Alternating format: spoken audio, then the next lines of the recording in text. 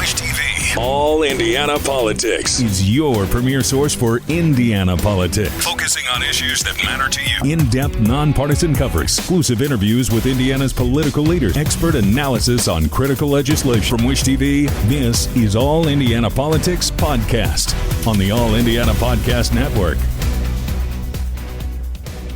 Don't let high golf rates drive you out of bounds. Save big with the Wish TV Great Golf Club Card. Central Indiana's largest golf club card membership is back for the 8th season with more courses than ever before. Save over 75% on tee times at 27 Central Indiana golf courses. All you need is the Wish TV Great Golf Club Card. Cards are valid for the entire 2026 golf season. Great courses, great savings. Score your Great Golf Club Card today. Now, from Wish TV, your local news source. This is All Indiana Politics. Good morning and welcome to All Indiana Politics. I'm Garrett Bergquist in for Phil Sanchez. Senator Jim Banks says the key to bringing down oil prices is to end the war with Iran quickly. That's what he told me in an interview shortly before President Donald Trump released oil from the Strategic Petroleum Reserve. He serves on the Senate Armed Services Committee. Banks also is backing legislation to revoke commercial driver's licenses from people who lack specific work authorization in the United States. Let's bring in Senator Jim Banks. Senator, welcome back to the show. Good to be with you. I want to begin with the airstrikes on Iran. What can you share with us from the briefings you've received as a member of the Senate Armed Services Committee? Well, it appears that so far the strikes have been very effective and efficient. We've never seen a more sophisticated military operation in U.S. history than the one that's unfolded over the last 10 or so days. So we've taken out, I think, somewhere between 60 and 70% of Iran's ballistic missiles, much of their military capability. The Israelis have struck down their oil refineries and much of their critical infrastructure. So there's been a lot of damage done. The question is, how long does it take to meet all of our objectives? And I'll be briefed further tomorrow in the Senate and as a member of the Armed Services Committee throughout the week. And my hope and message back to the Pentagon is let's do everything that we can in a short period of time and get this over with and get our troops out of harm's way. And there's a lot of reason to believe that would be the case. What can you tell us about the Indiana National Guard personnel that are deployed there? Have you been able to get into contact with them at all? Well, I know there are a few dozen, maybe roughly 75 of our, up to 75 or so of our National Guard troops who are in the CENTCOM area. So that the Middle East, that could be on bases in Kuwait or Qatar or Saudi Arabia, Bahrain. I mean, there are bases all throughout the Middle East that our National Guard troops are deployed to. By the way, Saudi Arabia is our Indiana National Guard partner, so we do a lot to train the military in Saudi Arabia, and obviously they're on the front lines of what's going on there. So my hope, again, my top priority is to do whatever I can to support our troops as a member of the Armed Services Committee to make sure that they have the weapons and the equipment that they need. Multiple outside analysts now say that it was a U.S. munition that hit that girls' school in Iran. Should Congress investigate that? Well, I think we'll be briefed on it. I have a briefing on that specific subject this week, and obviously a very tragic situation. I mean, some reports about what that building used to be, whether or not the Iranians, what they used to use it for, and now a girls' school. Very, very tragic, very sad as the dad of girls. So of course we want to know more and investigate it. I mean, this regime is a very evil regime. They've killed 30,000 of their own people, the human rights abuses of the Iranians. And, you know, it's my hope at the end of all of this that the regime will be so weakened that the people of Iran who want their freedoms back will rise up and take over their government and overthrow the regime and restore a democracy to their country. And hopefully that would be the case. At last check, we had about a 125-day supply of crude in the Strategic Petroleum Reserve. Is that enough if the war drags on? It's hard to say. I mean, again, the sooner this is resolved and over with, the better, from oil prices to any other hits on our economy. I mean, obviously, it's all folded together. President Trump is very well aware of that. He's made it very clear that there are short-term objectives here. at the end of the day, preventing Iran from ever getting a nuclear weapon. And it's my sense that everything that we need to do, we can do in days, not months. So the sooner we can resolve it, the better for oil prices. Hopefully, it's only a blip. Also, by the way, Indiana has one of the highest gas taxes in the entire country. So Hoosiers are seeing this hit more than other states around the Midwest and in the country. And there might be other ways at the state level to bring some relief to gas prices too. But there's no question that gas prices are going up, and President Trump is focused on what he can do to negotiate some deals to bring oil from other countries. Turning to domestic policy, you've filed legislation in the Senate called Delilah's Law. This would require the states to revoke any commercial driver's licenses held by persons who are not authorized to work in the United States. Either not U.S. citizens, lawful permanent residents, or have specific work visas. How will that work in practice? Well, it's simple. President Trump has already signed an executive order to say that the CDL exam can only be conducted in English, and that will go a long way to cracking down on illegals who are getting CDLs from states like California and New York and Pennsylvania. I mean, these incidents keep happening in Indiana. It's tragic. From the 4 Amish men who were killed in Jay County a few weeks ago to the 64-year-old who was killed a couple of weeks ago. We had a National Guard soldier last September who was killed by a truck driver with a CDL who ended up being an illegal. So Delilah's Law, which is something that President Trump called for in his State of the Union address, would make those 3 actions permanent. No CDLs for illegals, take CDLs away from truck driving licenses away from those who are here who came here illegally on a temporary status, and then require that the exam is taken in English. I think in California, you can take the truck driving, the CDL exam in over a dozen different languages. So when our traffic signs are in English, the customs on the road require people who have experience who can speak English. That exam should be conducted in English. Coming up, a buyout of one of Indiana's largest investor-owned utilities sparks bipartisan concerns. Welcome back. A consortium led by the investment firm Blackrock is buying out AES Indiana. That's the main electric provider for Indianapolis. State Treasurer Daniel Elliott says he wants federal regulators to block the buyout. He tells me he wants safeguards to ensure the deal does not raise utility bills. And joining us now is State Treasurer Daniel Elliott. Mr. Treasurer, welcome back to the show. Appreciate the opportunity to come by and say hi.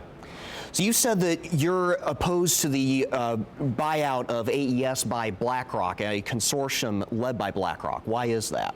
So first off, one thing we want to touch base on is, who are the players that are buying AES? When you look at that, you're looking at Blackrock, and I've made this very clear in the past. Blackrock has certain politics that they use to make financial decisions. That's why we chose to not have them as part of Indiana's pension system anymore. So because of that, we're very, very careful. I was very shocked and concerned about how that would impact Hoosiers. But then when you start to look at, you have a European EQT, a European investment firm who obviously has similar policies in written in law in Europe. But then you also go into the Qatari Sovereign Wealth Fund. That's something that really concerns me because this is a fund that has been known to fund Hamas and other forms of terrorism. And then you start to also look at the other, which is the CalPERS, the California Pension Retirement System, Public Retirement System. And when you look at that, they are under congressional probe right now because of mismanagement of over $300 million of pensioners' funds. So you start to look at that and you're like, wait a minute, this is a concern, especially when we're looking at something that's a regulated monopoly. That this is not a normal business. This is a regulated monopoly. Now, I know why they're here. We all know why they're here. Indiana is, I like to call Indiana the digital crossroads of America. And because of all these data pipes that we have through here and these opportunities, they want to be here for that reason. And that's something that makes sense. But what cannot happen, and I'm very concerned about, is if it starts to be put on the backs of ratepayers. Because when you're looking at a single mom who's just trying to make ends meet, this becomes an issue, and it's become affordability is a real issue across the line. I want to be clear, is this more to do with some of BlackRock's investment decisions in the past, which you've been critical of, or is this more of an issue of the Qatari fund that you mentioned or the CalPERS? Both.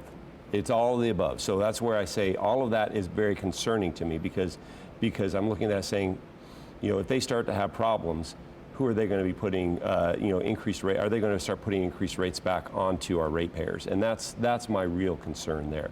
And that's something, obviously, this is going to be decided not here at the state. I'm very well aware of that. It's going to be decided by the Federal Energy Regulatory Commission. It's going to be decided by the Trade Commission, and it's going to be decided by a little-known entity called the Committee on Foreign Investments in the United States. And these are all federal agencies. I want to make sure someone's talking for Hoosiers. Now, would all three of those agencies have to sign off in order for this to go through? Yes. Okay. Right now, are you calling on those agencies to say no to this? Yes. I think that this is not the best deal for AES. I don't think this is the best deal for Hoosiers. We've seen some recent legislation in the State House, chiefly House Bill 1002, shifting to performance-based rate making. Would some of these recent legislative and executive actions on utilities assuage some of your concerns? They could. And again, my biggest concern is the ratepayers. I want to make sure that we are paying attention to Hoosiers and their needs. That we want to encourage business and we want to encourage growth. We want to look at, Indiana is a great place. It is actually one of the best places to form a business. But we also need to make sure when we're talking about something as delicate as a regulated monopoly, that we are not ignoring Hoosiers and their needs. What sort of safeguards would you want to see put into place before you would be a yes on this? So, assurances from this consortium of companies that they are not going to put these costs onto ratepayers. That, in fact, if you do it right, if you look at this, when we look at the Googles and the Microsofts of the world who are building these data centers, they're willing to pay and foot the bill. So if that's going to happen, then what we should be looking at is rate decreases. So I would, at very minimum, feel like there should be some assurances. We are not, we're not going to be raising rates on ratepayers for a long time. Now there's been some talk. They've already put some requests in so that so their rates are not going to raise for the next number of years because of those requests. But that was all before BlackRock bought out. It began the process of buying out AES. So these are well in advance of that. So I'd like to see some additional assurances from these companies that we're going to protect ratepayers. So, for example, an assurance from BlackRock then that AES would continue to honor those commitments that made on its rates prior to the buyout? Not just that, additional, because when we see these additional investments coming from for these large-scale users, then that should bring these rates down. And so I'd like to see some additional assurances that they're going to be protecting the Hoosier ratepayers, the average people, and these costs are going to be pushed onto the folks who actually are willing to pay for those costs, which would be these large-scale users. It wouldn't necessarily be just a data center. It could be a large-scale advanced manufacturing company. There's lots of these large users who come to Indiana because we are a great place to do business, and we want that. But we want to also make sure that we're not, in a backdoor way, pushing the bill onto homeowners, regular users, and that's a very distinctive group, and we need to figure out a way to protect them. Elliott's not the only person raising concerns. Democratic Congressman Andre Carson says he's worried about the effect on ratepayers as well. Here's what he told me following a campaign event on Wednesday. My hope was that this acquisition didn't happen in the way it did. I was hoping that we could set up something similar, public trust to citizens, where Hoosiers would have an investment and be a part of ownership. That hasn't happened. So my greater concern at this point is that our utility rates will lower. Mine have gone up significantly through AES. I've had to call several times to make corrections, and I know other Hoosiers are experiencing similar issues. Coming up, Indiana's best political team on the merger and the effects of the war in Iran on what you pay at the pump. The opinions expressed by guests on this broadcast are solely those of the individual speaking and do not necessarily reflect the views or policies of Wish TV. Welcome back to All Indiana Politics as we welcome in two members of Indiana's best political team, Republican Lacey Berkshire and Democrat Carly Macer. Welcome back to the show. Thank you. Thanks for having us. So let's begin with the AES Indiana story. Carly, both Republicans and Democrats are criticizing the deal. What does that say to you? Yeah, well, it says it's a terrible deal. So I would definitely come out right away to recognize that Andre Carson has really spoke up pretty early about that. But I will tell you, we all know what Hoosiers wants, the responsibility, the regulatory oversight. We know that there's a good chance that this could still happen. I hear a lot of people saying they're preventing it, but the reality is I think what Hoosiers need and what they know is the oversight of what's happening, period, moving forward. Lacey, I'd like your response to that as well, but also how likely is it that we might see some legislation at the state level come out of this when lawmakers come back next year? Well, I mean, we'll see about state legislation. You know, I'll note that this was actually broken in October, so they had a chance to bring state legislation. They didn't. They were focused on affordability. Governor Braun was as well, and as a ratepayer and a Hoosier, that's where I want him focused, is on the affordability piece of it, certainly. I think there's a chance that we're going to see this deal come together. I kind of push back on it being a terrible deal. I think anytime a utility is engaged in a merger or an acquisition, a sale or whatever, it should raise eyebrows, right? It should be subject to higher scrutiny, which is why we have a number of federal agencies that are going to review this. People who know, this process and this area much better than me are going to take a look at this and see, hey, is this in the best public interest or not? And then we can move forward from there. But I think the processes are in place to vet this appropriately.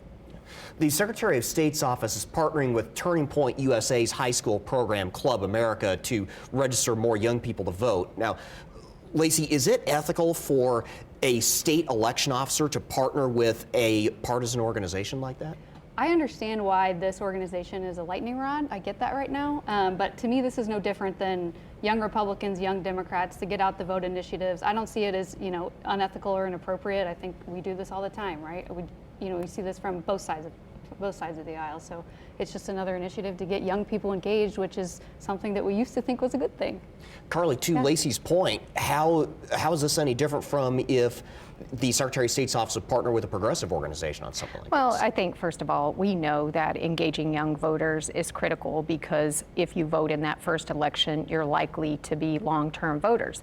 The reality is, is everybody going to be included in this? This is not a left or a right issue. This is an American issue, and we need to make sure that it isn't tilted one way or another. We know that it should be. Why aren't we doing the left, the right, the nonpartisan? Why wouldn't we include everybody in that if we're serious about registering Hoosier young voters? It just doesn't make sense that it would be so tilted.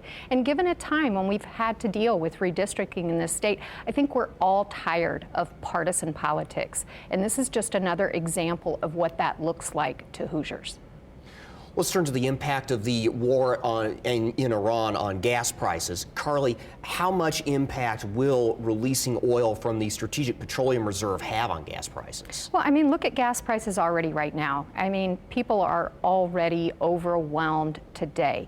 So we do know that having this emergency in place of being able to provide some support, but the reality is this is an economic issue. We know energy, what is happening with this is going to certainly hit pockets of Hoosiers at the gas pump. And, I don't see that going away regardless of what the president has put in place right now, but it is going to continue to be an issue for Hoosiers and Americans across the board. Lacey, will gas prices end up playing a role in how long this war lasts? I don't think so. I think Senator Banks was right. I think this has been a very efficient, very effective operation over there. I think he's right. The things that need done are a matter of days, which is why we're engaging this right now, is to buy us a little bit of time. And so I think, he's right. It's going to be a matter of days, not months, before we can wrap this up. How long do you think it's going to be before we start seeing the gas price spike wash through the system and start impacting some of the prices we pay on other goods? Because obviously if the gas prices go up, then that's going to raise transportation costs. I think it'll be wrapped before we see that myself. I think it's already happening. It's all about risk, regardless whether one barrel has been moved, anything's happened. We know it's all about risk. Just the risk alone raises the prices. We know that. So not only is it going to be at the gas pump, it's going to be at every other level of anything that deals with petroleum and across the board for affordability for Hoosiers, let alone just Americans overall. All right. Carly and Lacey, thank you so much for coming in, and we will be right back. The opinions expressed by guests on this broadcast are solely those of the individual speaking and do not necessarily reflect the views or policies of Wish TV. Thank you for joining us for All Indiana Politics. We'll be back here next Sunday morning at 9:30. And be sure to check out the All Indiana Politics podcast. You can find full episodes as well as extended interviews online at wishtv.com. Have a great rest of your weekend.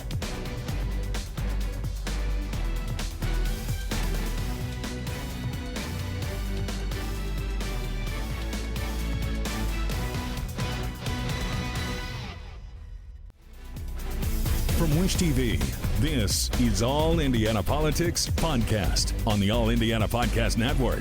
Watch All Indiana Politics live Sunday mornings at 9:30 on Wish TV and at wishtv.com. Subscribe to this podcast and listen weekly here on the All Indiana Podcast Network. And be sure to discover even more great podcasts at allindianapodcastnetwork.com.